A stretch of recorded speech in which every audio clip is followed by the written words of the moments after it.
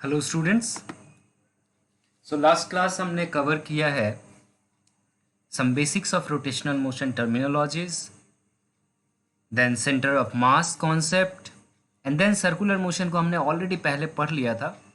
तो उसका इंटायर जो कॉन्सेप्ट था वो मैंने रिवाइज करने के लिए कह दिया था आपको, like angular velocity, angular displacement, angular acceleration and all this things.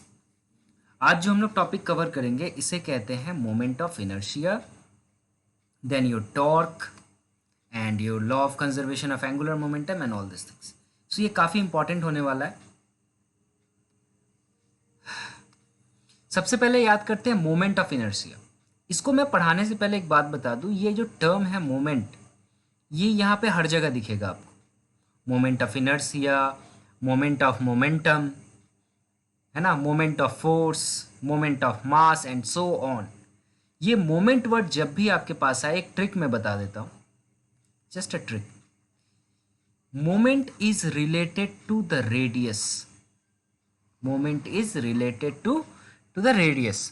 तो रेडियस हर जगह देखना, आप मल्टीप्लाई हो जाएगा, ये ट्रिक याद रखना, ठीक है। मोमेंट ऑफ इनर्शिया का एक और नाम है moment of mass. Moment of inertia का एक और नाम है मोमेंट ऑफ मास। तो लीनियर मोशन में जो हमारा लीनियर मोशन होता था, वहां पर जो काम मास करता था, एक्चुअली मैंने पढ़ाया था आपको इनर्शिया, उस वक्त बताया था कि इनर्शिया जो है वो किसका इफेक्ट होता है, मास कंटेंट ऑफ द बॉडी का इफेक्ट होता है। किसी बॉडी में कितना मास है, इसका इफेक्ट इनर्शिया में हमें मिलता है। तो लीनियर मोशन में जो काम मास करता था, रोटेशनल मोशन में वही प्रॉपर्टी, उस पर्टिकुलर बॉडी का वो प्रॉपर्टी जो रोटेशनल मोशन में काम करेगा मास के जगह, उसे हम लोग कहेंगे मोमेंट ऑफ इनर्शिया, और इसे आई लेटर से डिनोट किया जाता है। ओके, आई होप समझ में आया होगा मोमेंट ऑफ इनर्शिया क्या है। सपोज करो, इस फिगर को जरा ध्यान से देखना।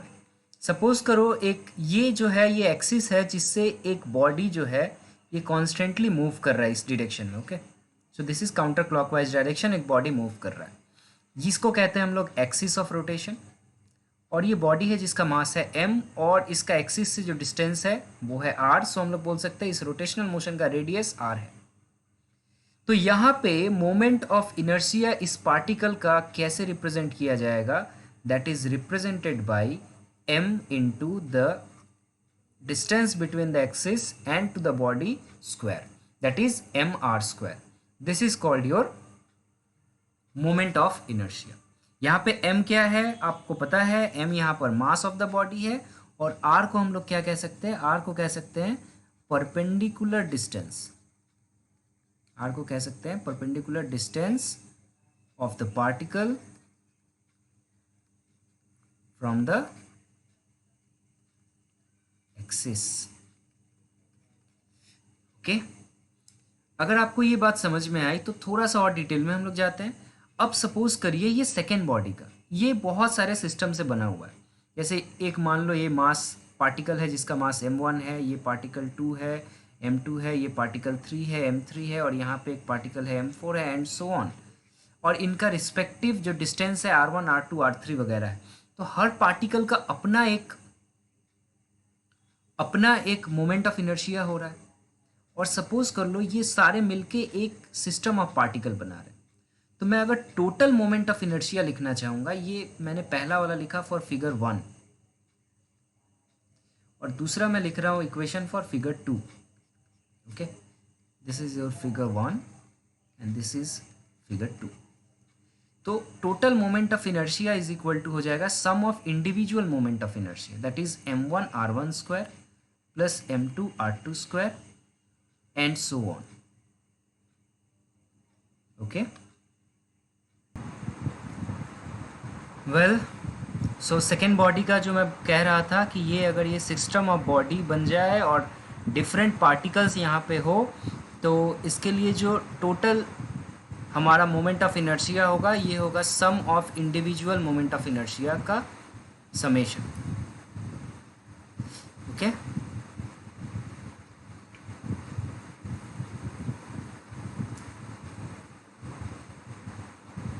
so this is I1 plus I2 plus I3 and so on up to suppose n number of particle है. So total moment of inertia will be equal to m1 r1 square plus m2 r2 square up to mn rn. Okay, तो I hope ये समझ में आया होगा आप लोगों को मोमेंट ऑफ इनर्शिया क्या है. बस इतना याद रखना कि लीनियर मोशन में जो काम मास करता है, रोटेशनल मोशन में वही काम आपका इनर्शिया को करना पड़ता है. Okay, moment of inertia. So इसका डायमेंशन क्या होगा और इसका यूनिट क्या होगा आप खुद बता सकते हो. तो इसका यूनिट देख रहे हो, मास इंटू रेडियस का स्क्वायर है, तो हम इसका ऐसा यूनिट लिख सकते हैं kg एंड मीटर स्क्वायर. और इसका डायमेंशन उसी तरह हम लोग लिख सकते हैं. मास के लिए m हो जाएगा m1 l2 एंड t0. कुछ इंपॉर्टेंट बातें हैं जो इससे रिलेटेड आपको पता होनी चाहिए, याद होना चाहिए. इसमें से सबसे पहला ये आता है कि मोमेंट ऑफ इनर्शिया जो है वो मास पर डिपेंड करता है और डिस्ट्रीब्यूशन ऑफ मास पर डिपेंड करता है. ठीक है, so moment of inertia depend on mass as well as the distribution of the mass and on the position of the axis of the rotation. This is very important. ध्यान से देखो, यहाँ पर इस एक्सप्रेशन में मास है और रेडियस है, तो इसका मतलब ये नहीं है कि मास और रेडियस पर डिपेंड कर रहा है. सिर्फ इतना बोलने से नहीं होगा, इस मास पे डिपेंड कर रहा है और ये मास इस एक्सिस के अराउंड किस तरह से डिस्ट्रीब्यूटेड है, इस पे भी ये मोमेंट ऑफ इनर्शिया इफेक्ट होता है. जिसमें हम लोग law of conservation of angular momentum पढ़ेंगे, वहाँ पे ये चीज़ और क्लियर हो जाएगा. बट यहाँ ध्यान रखना कि जैसे अगर इस एक्सिस के पास है बॉडी, इससे दूर है, किस वे में ओरिएंटेड है, इसके ऊपर बहुत ज़्यादा डिपेंड करता है. दूसरी इंपॉर्टेंट बात यह है कि मोमेंट ऑफ इनर्शिया जो है वो एंगुलर वेलोसिटी पे या फिर एंगुलर एक्सेलरेशन पे डिपेंड नहीं करता है. ये बॉडी इस एक्सिस के सराउंडिंग में कितना एंगुलर वेलोसिटी या फिर कितना एंगुलर एक्सेलरेशन या फिर कितना टॉर्क इसके ऊपर अप्लाई किया गया है, या फिर इसका एंगुलर मोमेंटम कितना इनिशियली था, या फिर इसका काइनेटिक एनर्जी कितना है इंडिविजुअल पार्टिकल का, किसी पे डिपेंड नहीं करता है. This will be very important. Okay, next, it is not a vector quantity. This is very very interesting.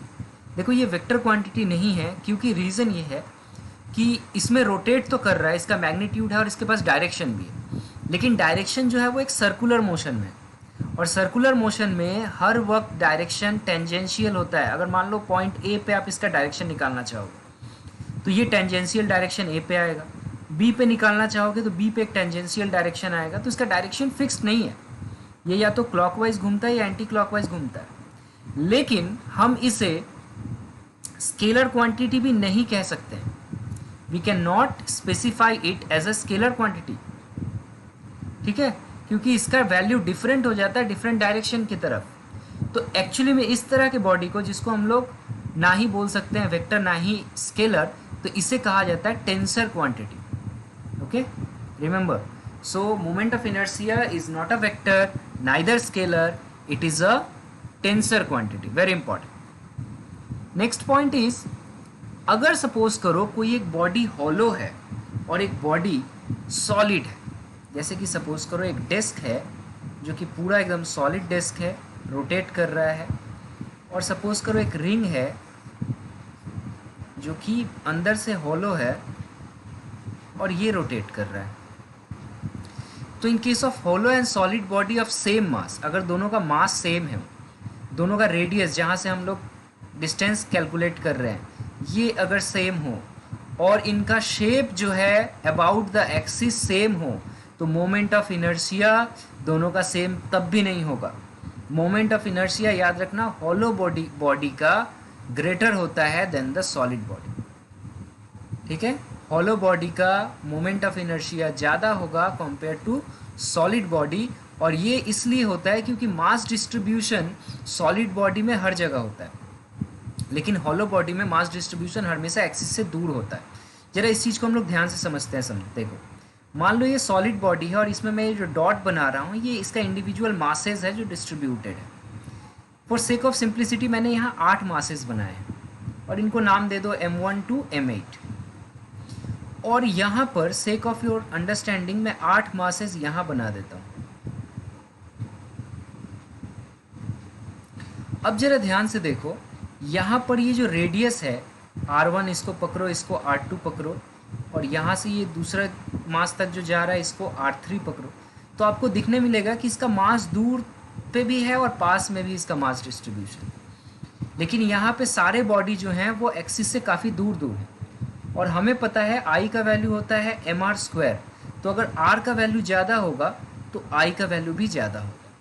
यही वजह है कि हॉलो बॉडी के केस में आपका मोमेंट ऑफ इनर्शिया का वैल्यू ज़्यादा होता है compare to the solid body. I hope ये कॉन्सेप्ट समझ में आया होगा।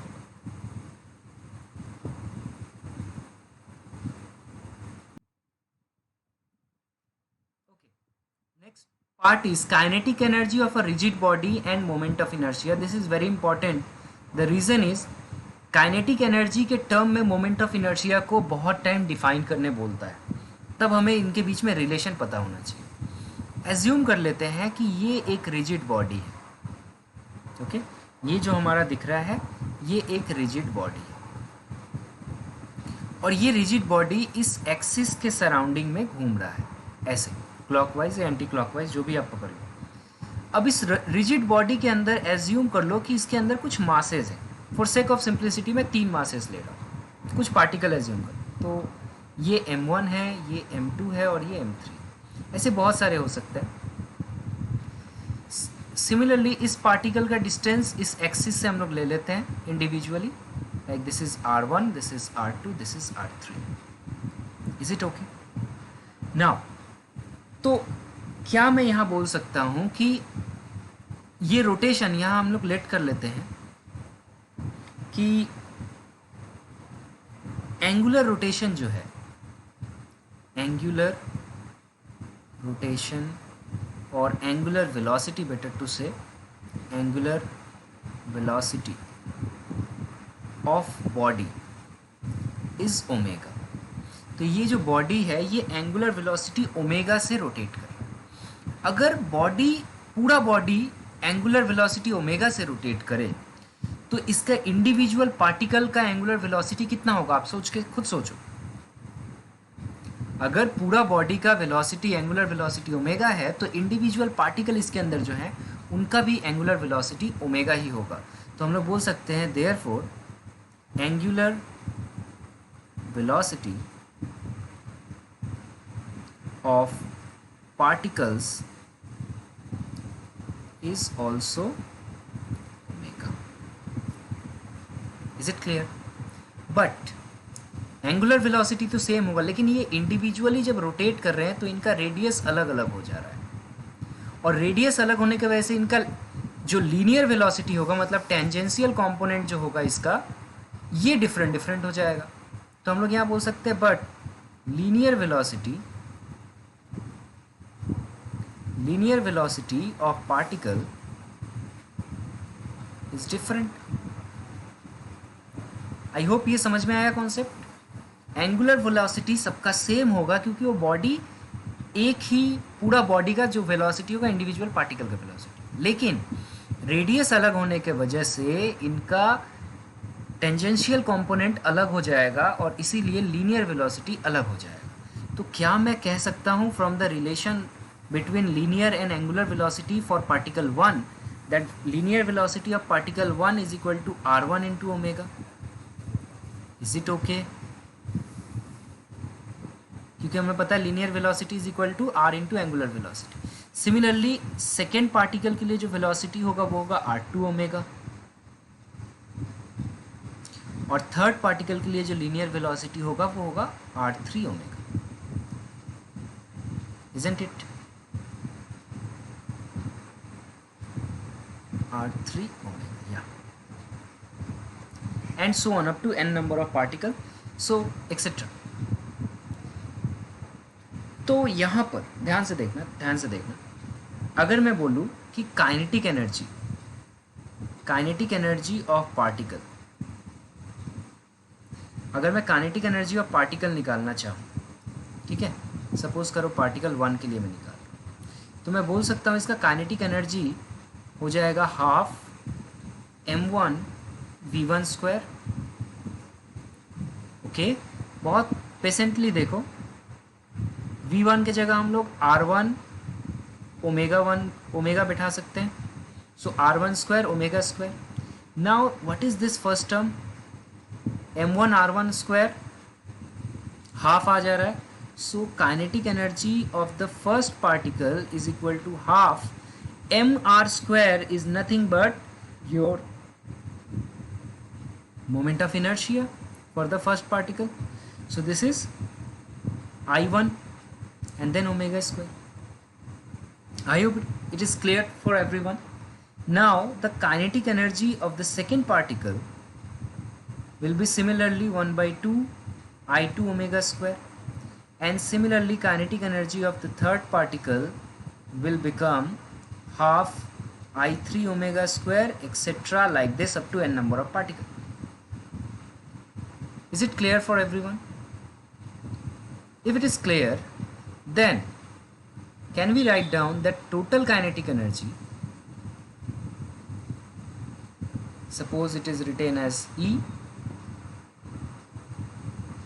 which is equal to half I1 omega square, not omega 1, sorry, omega is constant, half I2 omega square, half I3 omega square, and so on.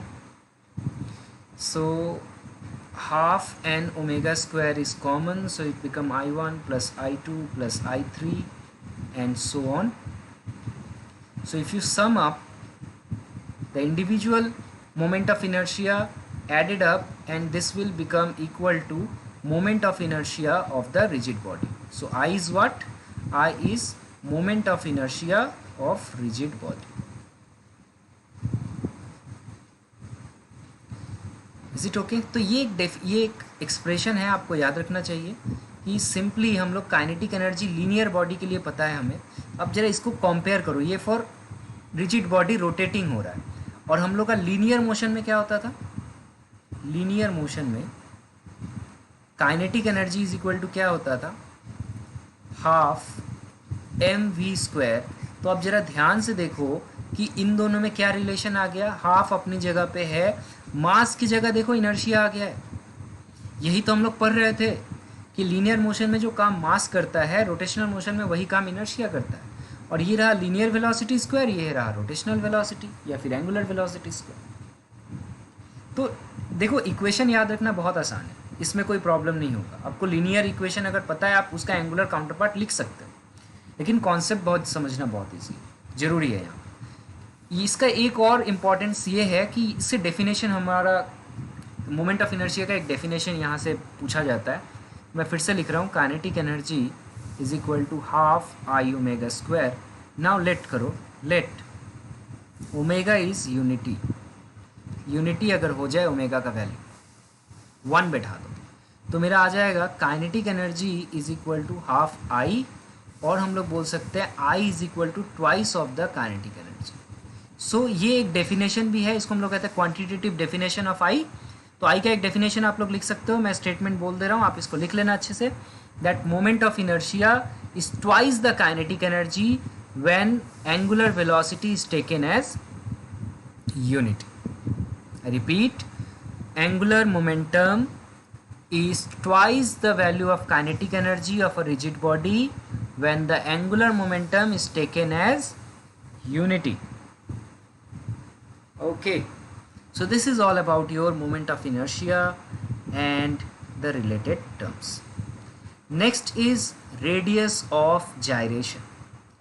बहुत सारे लोग इसे radius of gyration बोलते हैं, रेडियस ऑफ जायरेशन इसे कहते हैं. Radius of gyration को अभी हम लोग समझेंगे.